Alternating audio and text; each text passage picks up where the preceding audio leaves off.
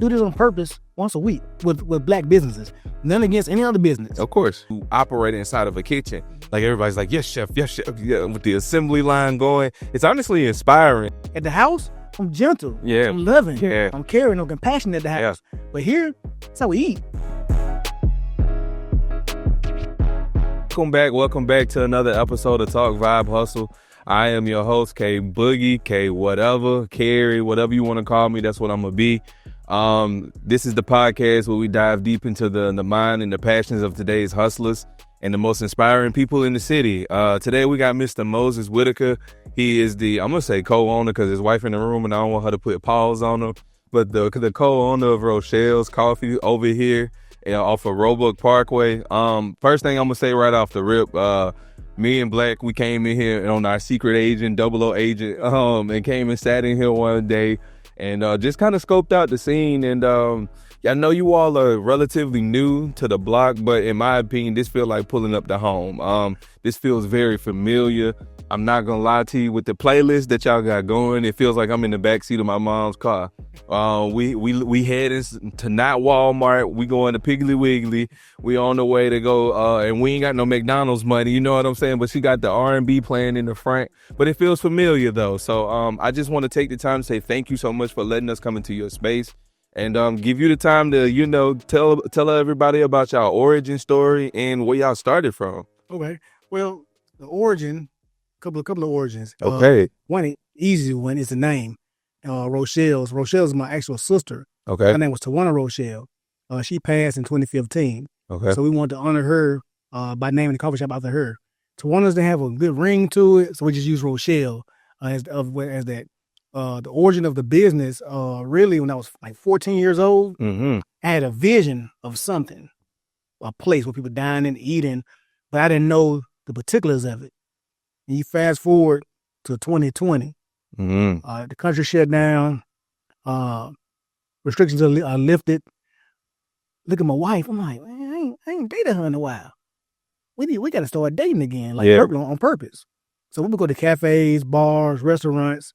And so one night we were leaving Munch's in Avondale.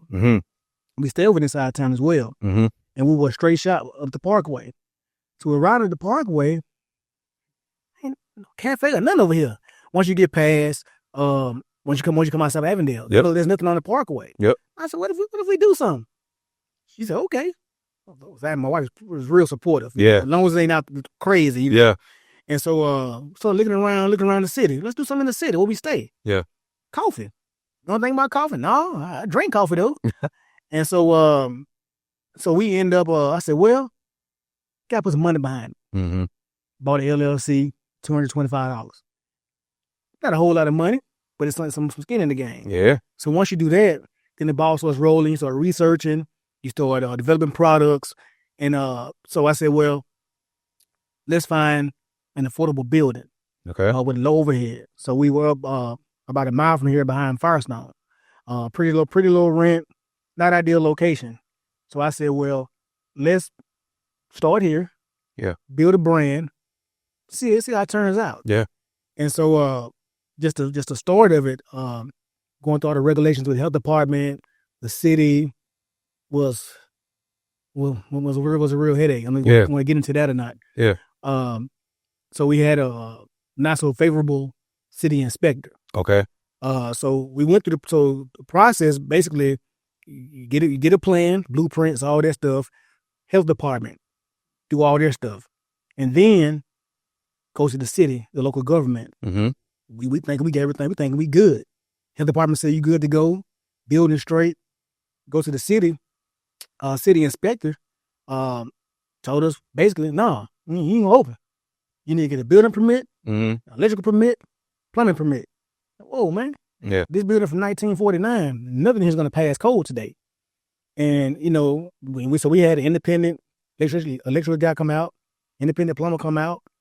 And that HVAC guy come out, and they all said the systems were in good working order. Okay. There was nothing need to be repaired. And so this is how you know God's favor. And how you know that the vision you saw at 14 was God's vision that he gave you. So the guy told me flat out, we're going to open. Mm-hmm. So, okay. So I'm talking to the mayor, talking to City Hall, going back and forth. And mayor says, he said, Moses, just let him come and inspect it. I said, mayor, he's not going to be fair. It's my tell you from the beginning that you're not going to open. He's not going to be fair. Mayor said, just let him inspect.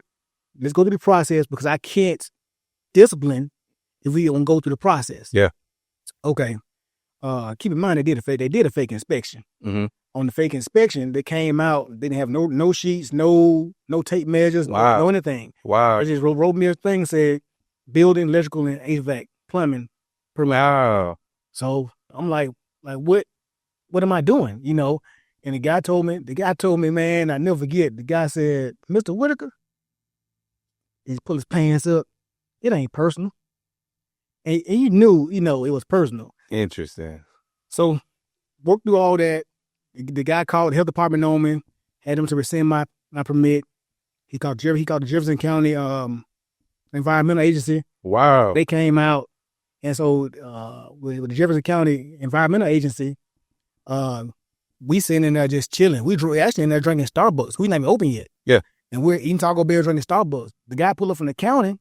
He come in the door. He look around. He say, you guys not open? We not open. He said, you not open? I said, no, sir. We just starting to go through the process. He says, well, the city inspector calls y'all was operating without paying sewer impact fees. It's like, man, what? Like, huh? We don't even know what that is. What? No. So anyway, fast forward to getting open. So mayor said go through the process. Mm-hmm. Mayor said he's gonna call. They're gonna call you, set an appointment for Friday. This was on Thursday, so it's about 4:30. Look at my wife. I said, hey, they ain't called yet. What? You think I should call? She said, yeah, give him a call. Call mayor. I said, hey, mayor, haven't heard from the inspector yet. He said, man, been busy. A storm coming, trying to get everything ready for the storm shelter. He said you can open up. He gonna go ahead and pass you. Wow. Without an inspection? He said, yeah, he's going.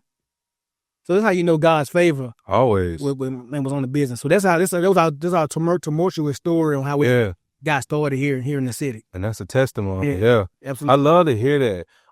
Because I'm a very strong believer in that what's God has meant for you, can't nobody stop you from getting there. Absolutely. And no matter what they try to throw in front of you, what kind of obstacles are in front of you, like for some reason, you gonna prevail if it's meant for you. Absolutely. A friend of mine told me recently when I told him I wanted to do the podcast full time, and he said, man, you keep saying one thing that I know that's very important to you. He said, you keep saying God, and once you say God and you put God behind it, you can't fail. You know what I'm saying? So that's very important. And I shout out to the mayor for giving you that guidance and that confidence that it's gonna happen for you as well.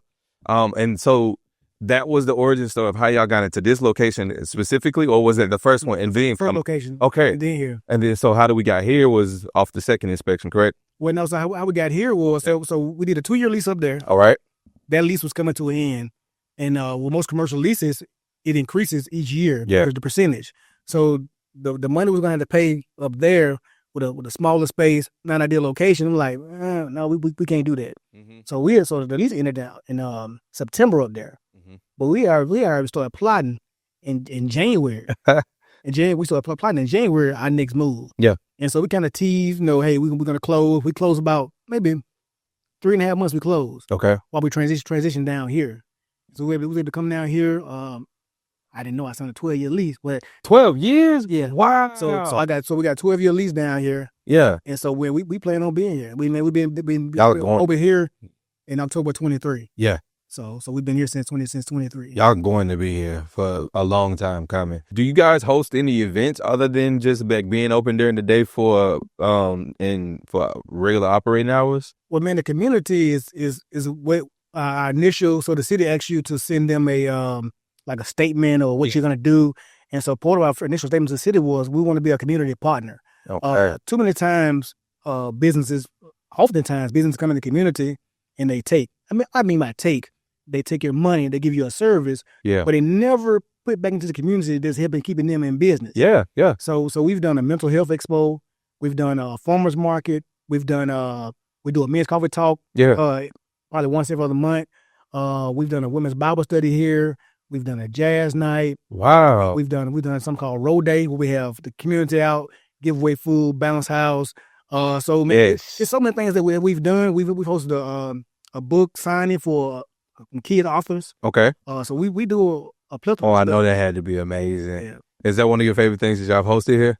Yeah, my favorite thing was Road Day. Road Day was like our first year in business. Okay. And we invited out 3 or 4 different food trucks.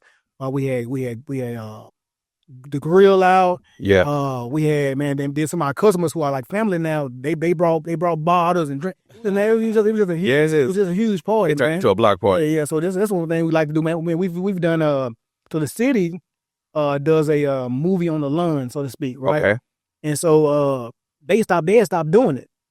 So I said, well, hey, let me try that. So I partnered with the city. Okay. They brought the equipment and we hosted a movie, 2 or 3 movie nights.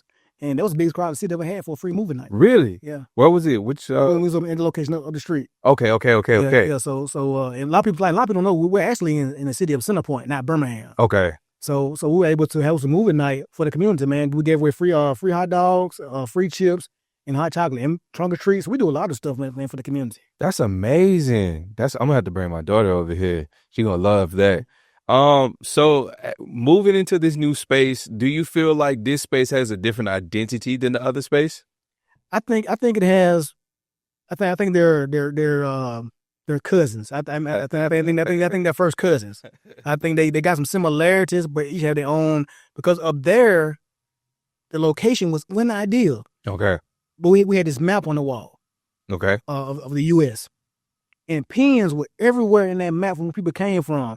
That's cool. From Seattle, Washington to New York, from Gainesville, Florida, Houston, Texas. People came from everywhere to that location that wasn't ideal. That's how you know what. That's how I know. Yeah. It was God. Yeah. Because who finna find a coffee shop that's not facing the street with no signage? Yeah. And it's God sent you there specifically. Yeah. So here, so up there we just mainly was coffee and drinks. Yeah. Here we're more of a full service. We got breakfast now. Yeah. You know, so that's kind of what's carrying us is the breakfast. So, Yeah. So they're cousins. Yeah. The breakfast off the chain there. Appreciate it. Yes, indeed. Whose idea was that? My wife's. When I got home from the first day we came up here, I said, baby, they got Kanika in the bowls, in the grit bowls. She said, you got one? I said, I can't get one. I'm going to be addicted immediately. And now I'm driving all the way to Roebuck to get one, or Centerpoint to get one. So were you always a coffee person beforehand? Was that like a hobby of yours or both of you all's? Well, so I did grocery delivery for a few years. Okay. And mainly Target. And so Starbucks was inside Target. So that would be my fuel as I was drinking it just as fuel, not as a hobby or not, nothing for really taste or texture. It was just to get me going. Yeah. So I kind of got familiar with coffee over those 3 years while I did grocery delivery. So it wasn't really a thing of ours. It was just something that we did. Okay. So that's, in my opinion, that's even bolder to make this your business if it's not like something that you were already not necessarily passionate about, but just into already. Mm-hmm. Because some of these things on the menu that you have now like unfamiliar to you? Yeah, just by all of them. And so when we closed up the road, we was closed like 3.5 months. Okay. And we decided we wanted to revamp the menu. Okay. And so one of the things that's trending towards a higher profit margin in the drink space is bubble tea. Yeah. So we went to the DMV area where a lot of Asians. Yeah. Where a lot of Asians are. Yeah. And where there's a huge thing. So we went to probably about 20 bubble tea shops. Yeah. Drinking different bubble teas, trying it, and saying, okay, we like this one right here. Make a note. Then we laid in the bed at the hotel. Yeah. And crafted all that bubble tea menu and in the bed in the hotel. I love some research now. I love some research. Oh man, I used to live in the DMV area. Shout out to DMV. I love it out there. Dang, that's cool. So, do you like boba tea now? Is that like for sure a thing? Yeah. Boba tea is good. I like it. It's a spot over on 280 by me. It's called Thirst Tea. Yeah, I've been there. Then next to Metro down. Yep. They really good. They know me. Yeah. I be in there. They be in there. It's right across the street from the house. You think about it, McDonald's just opened up. They got a concept in Chicago. Cosmos, I think. Yeah. With the same pretty much concept. Yeah. That was a good idea by them. Whoever said that in the meeting, he need a raise. Mm-hmm. It was a really good idea. And the little small foods that they have on the menu is totally different from what McDonald's is. Yeah. another thing, like that's really a cool thing when restaurants have a main source, but then they decide to revamp their second source. Like we just did an interview a couple weeks ago with Your Mama's Kitchen, and she's thinking about opening a second location with everything on buns and sandwiches and stuff, and it's a nighttime location. Is that something that you would be interested in? It's like doing a second location with something different, or even expanding at all? Well, man, one of the things on the vision board, idea board for this year is lemonade tea trailer. Oh, that's tough. It's something that we're working towards lunch this year. Okay. So we won't have coffee or food. It'll just be the bubble tea and lemonade. The popsicles. Yeah, we're gonna do it for the summer. Get some popsicles on that thing. And then my wife, we named it Josie T. So it's out now for all three of my kids. Josie T. Okay. Yeah. Okay. Jordan, Zion, Terrell. Okay, I like that. That's a catchy name too. And you thinking about taking it around the city or just around in this area? Around the city. So that'll more focus on. So again, when I did grocery delivery, a lot of these subdivisions, they have these movie nights. They have these food truck nights. Yep. So try to partner with some of them subdivisions, some of the events. I don't want to go like post up at a local gas station or something like that. I want to be able to go to an event. Yeah. To service people, not just posting up on the corner. And not just posting up on the corner. You get more people, you get more traction. Do you feel like sometimes you go out to events and it's a waste of time because it's not a lot of traction at that event? I went to, somebody invited me to a fall festival. They wanted coffee at the fall festival. So we don't have a trailer, so we did table set up. Man, we drove about, everything packed up. My help, we drove 30 minutes. We made $8. Oh my Lord. How long you was there? Man, we were there 4 hours. Ah! So you talking about product, got to pay my help. Yeah. Set up, tear down. Time, just period. Time. Oh my sash. Yeah. So that right there let me know that, hey, when we do get the trailer rolling, be very selective about it, because we don't. That will just be extra income. It's not like that's going to be the main source. So we can be very picky on where we go with the trailer. Yeah, because that can't happen more than once. Yeah, I couldn't handle that. I'd be angry. So what's the best turnout for you then? As far as the event, yeah, like that. Like I said, more like a fall, like Centerpoint has a fall festival. Okay. Hundreds of people. So that would be something that we would love to do with the trailer this coming year, like something like that, where you're going to get a big community turnout, because the stuff costs money, man. Yeah, it does. You preparing stuff, you got to get there, and so you want to go somewhere where it was a lot of foot traffic. Yeah. So with that opportunity, I imagine you get the opportunity to talk to other Black businesses and get to know other people.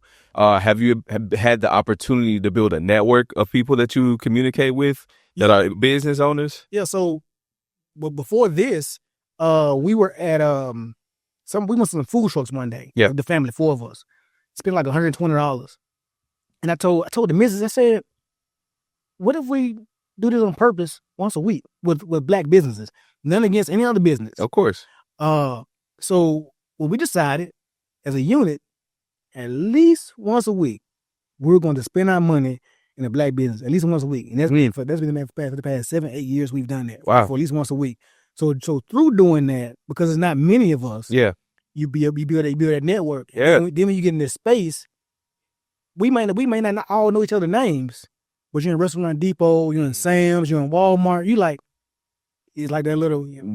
It's like, you family. Yeah. You know what I'm saying? So we're pretty tight knit network. I love to hear that. Yeah. Like we were talking about before we started shooting, I am a firm believer in that. In order for us to rise as people, we got to help each other up. Absolutely. So support is the best way to do that. And I was telling my sister the other day, I don't think it's cost you a dime to like, share, or anything. Cost you nothing. It don't cost you anything. That's free. And it ain't gonna hurt you. It ain't nobody gonna be mad at you or laugh at you for promoting the business. Hey, I like what they got going on. Ain't nothing wrong with that at all. Man, I tell some of my business buddies, and I remind myself too.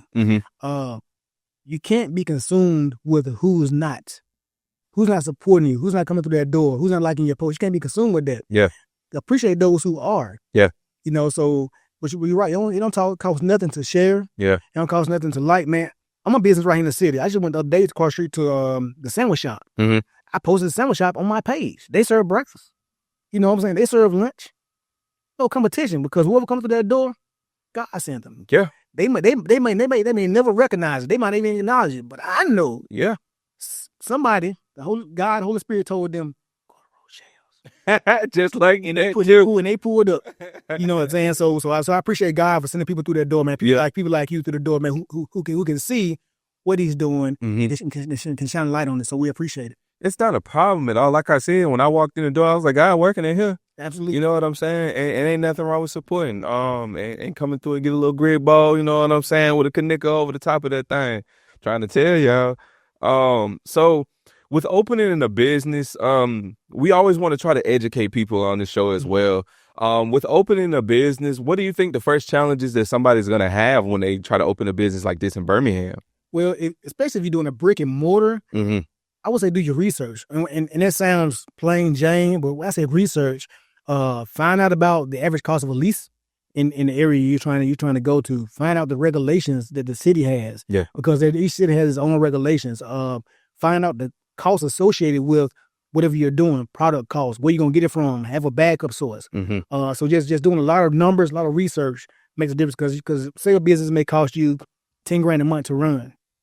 You got to make sure that works out. Yeah, that's scary. Yeah, because if it's $10,000 and what you're selling or pushing doesn't make $10,000 a month, now you're in the hole. And by the time you catch back up, you're so far in the hole, you're drowning. Yeah. And also time. Just understand, like, I used to complain about I'm an entrepreneur, I'm always working. And the Holy Spirit said, stop. Stop. Eat what you want to eat. You go where you want to go with no problem. So stop complaining about your time. So being able to manage your time. So research on numbers, what's going to cost, and learn how to use your time wisely. You know, you don't have to work yourself to the bone to be an entrepreneur. Right. You can say, okay. That defeats the purpose. Yeah. So like, I used to take my laptop home all the time, working on my laptop at the house all the time. Why? Yeah. Learn how to separate the house from the business. Now there are times where it may run over. Don't make it a habit. Yeah. And I think, would you say that having a good partner is always important as well? Absolutely, man. If you're married or in a relationship, having a good partner, man, is key. And also people around you. Right. That circle of people that you talk to, bounce ideas off of. I got 2 people, man. Hey, I'm thinking about this right here. Nah, dog. Yeah. Nah, dog. Oh, yeah, dog. That's a good idea. So having people around you, what's your partner, man, makes a huge difference. Yeah. So with you and your wife, do you have, does she have strengths that you don't have and vice versa? Absolutely, man. So we're going on 20 years of marriage, right? Right. Woo, shout out to y'all. So yesterday I asked her, sitting right there, I said, okay, you've been married for 20 years. I said, do you understand, like, and this was a serious question. Yeah. Do you understand now why men need women and women need men? She said, yeah. She said, and we talked about the balance. We talked about the differences. With, like, I can see it. I can visualize it. Yeah. I can visualize anything. Yeah. She can put it on paper. Yes, Lord. I can't put it on paper, but hey, baby, this is what I'm thinking. The trailer. I'm telling her what I'm thinking. She got a notebook out. She's sketching the trailer up. So, you know, so that balance, man, that partnership, man, is clutch. Yeah.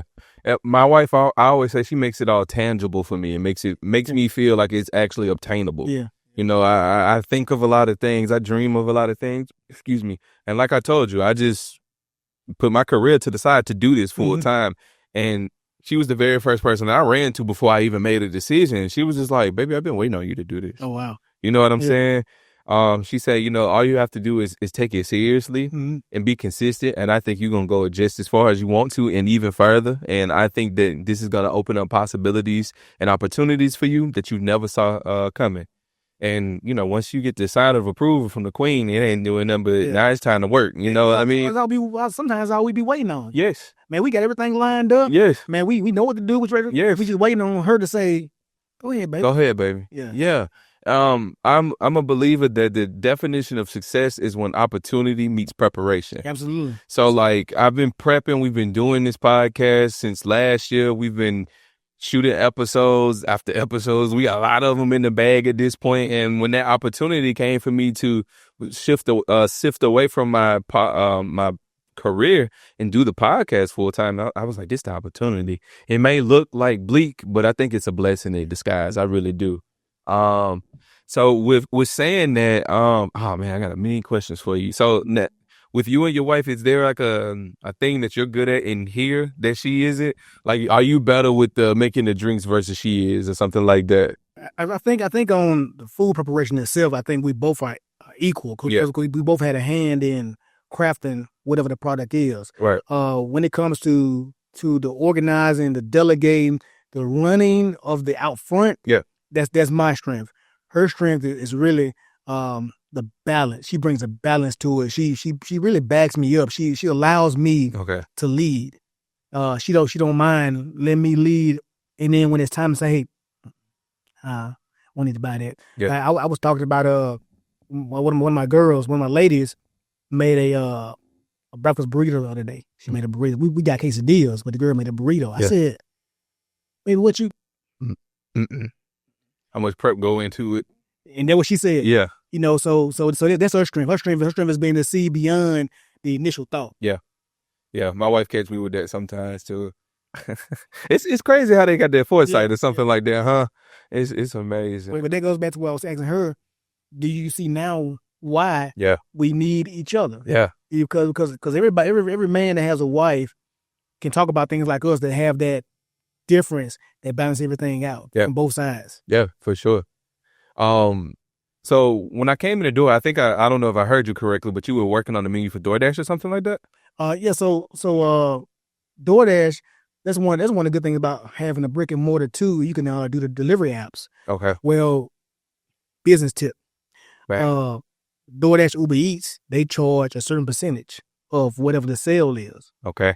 So rule of thumb is, as a business, you up your prices at like 15-20% on those delivery apps to make sure you're not getting your head chopped off. So a lot of POS systems allow you to integrate. Okay. So instead of having a DoorDash tablet, Uber Eats tablet, you put it all on one tablet. Well, what happened that day, you probably was in here, was I was going through my numbers and I realized the integration takes away the upcharge. Mm-hmm. So when people were getting the orders delivered, they were paying in-store prices. So that means I was losing money. Okay. And so I was in here, gotta fix that. Hey, whatever you gotta do, delete this off this computer. So because the reason I figured it out was because initially on those delivery apps you get paid the next week. Mm-hmm. Was Square. I used Square POS. Square had a free trial where you get paid per transaction right then and there. Yeah. So I'm looking at my numbers at the end of the day. I'm like, $3. $3 is crazy. This costs $7 in store. I'm looking. I'm like, well, hey, something ain't right. So that's what I was doing. But DoorDash and Uber Eats allows you to reach a broader audience of customers. Yeah. People at work. Yeah. People just get out of work at the house. Yeah. You know, so it allows you to make additional income, and it's been a godsend. Really? Yeah. Does it? Some days where like it's a typical slow day in house, it might it keeps the necessary the quota up for you. Absolutely. Like most people don't dine in here. Mm-hmm. They get it to go, or they eat quick and they gone. Or we get delivery. So people come to the door all the time, and they be looking like, y'all be busy. No, you send some customers. They not knowing we working on 3-4 delivery orders in the back. You know what I'm saying? So DoorDash and Uber Eats definitely has been a blessing to kind of balance it out on those slow days. That's good. That's a really good thing.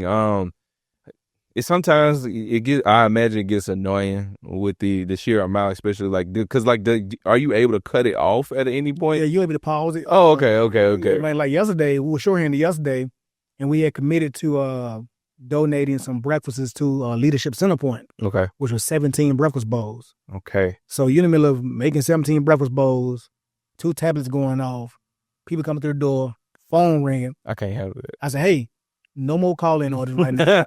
You know, so sometimes get hit. Yeah. I can't handle that. Have you ever been a chef or a cook anywhere else before? Man, I pretty much cooked my whole life. Really? Just about my first job, Taco Bell on Crestwood Boulevard. Okay. A guy named Kyle was my manager. My mama took me into an interview. I was 15 years old. Yeah. It was like March. I turned 16 in July. You had to be 16 to work. Okay. My mama said, be quiet. I'm filling this out. Filled it out. That was 16. Interviewed. Every time he asked me a question, and she finished. She answered the question for me. So I got my first job at Taco Bell.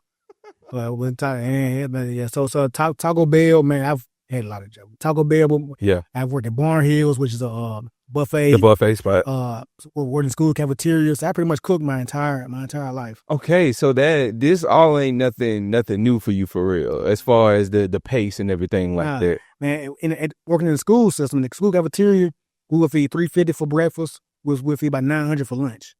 And you talking about you got to get you got to move. Yeah, you got to get to move them. Got to move them in and out. Man, you ever seen the show The Bear on Hulu? No, The Bear. Yeah. Okay. It's really good. It's a show about they had this it was a family and they had this diner in Chicago and they sold like Chicago Polish sausages and meat sandwiches, right? Okay. And then one of the sons in the family, he go off to become like a Michelin star chef in a New York City restaurant where he has like a 2 stars and a 2-star restaurant. His brother passes away and he leaves the restaurant to him. And so he comes home and takes the restaurant from being a mom and pop corner store shop to a Michelin star restaurant. It's amazing. Okay. You should check it out. It's a really good show. It's on Hulu. Okay. Yeah, it's really good. But it really shows what it's like to operate inside of a kitchen. Like everybody's like, yes, chef, yeah, with the assembly line going. It's honestly inspiring. So like watching that show and then coming into a black business and just seeing somebody in the kitchen, I'm like, yo, let me come back there and see what y'all got going on. It's inspiring, but it's also something that I know I can't do. So that's also one of the reasons why I wanted to come in here. I love coming to restaurants and just saying that because I have a respect for it. It's like I said, it's something I can't do. So shout out to you. Well, and having the staff though that's able to take we call it in the weeds. Okay. When you're behind. We have the staff when you're in the weeds, better take that snappiness, that bluntness. Yeah. Man, that's big. Yeah. Cause man, when I was 17, 18 years old, he let me out the door. So even my wife, man, we work together pretty much every day. Yeah. And so, man, her being able to handle, and we talk about it like here. Yeah. It's different. Yeah.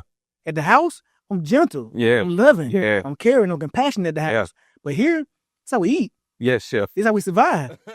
So I need you to, Yeah. I need you to do it. Yeah. If it's an issue, we'll figure it out later. We'll talk about it later. Yeah. Woo! It didn't create some issues. Then you done got home like, hey, listen, before you even say anything. Yeah. Wait, man. We found that balance. Yeah. Of leaving it here. Yeah. Man, it's very rare something leaves out of here and goes to the house. Very rare.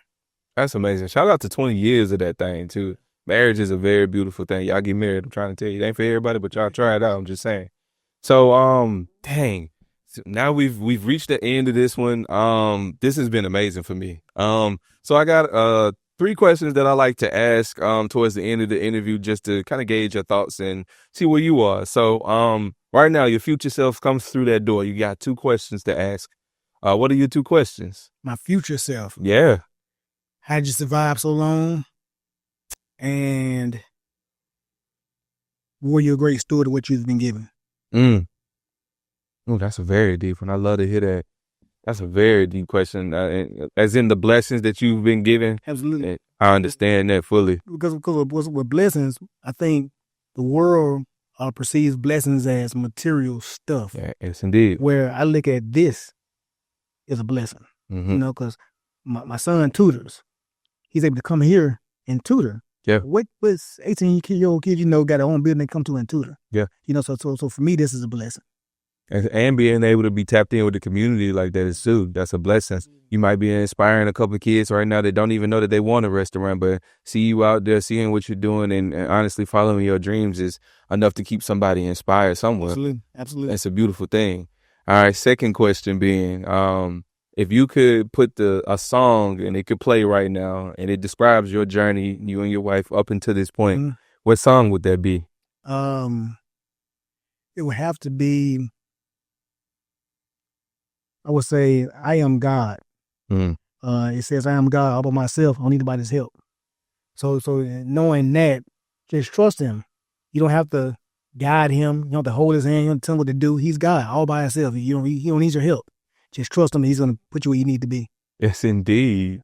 I like that. And the last question being, now that you sat through the interview, you sat in the chair and you see how the interview process is for us, who would be the next hustler that you'd like to see sitting in that chair? Man, hustlers. Let me give you two. Go for it. I would say first my buddy, Miss Whitney Simone. If you interview her yet, Whitney Simone, no have she has Simone's Kitchen and Cocktails, which right up the road. Okay. And now also I say my other buddy, Karima Harville. She has a restaurant called Bite Cafe and Catering in Tarrant. Okay. So they'll be the two hustlers I would say interview next. All right, we'll make our way over there. We'll go on our secret agent, put the trench coat on, put the hat on in the secret disguise, and we go be in their spot looking to do an interview. Okay. I appreciate your time. I love what you've done here. You've inspired me, whether you know it or not. This is inspiring to me.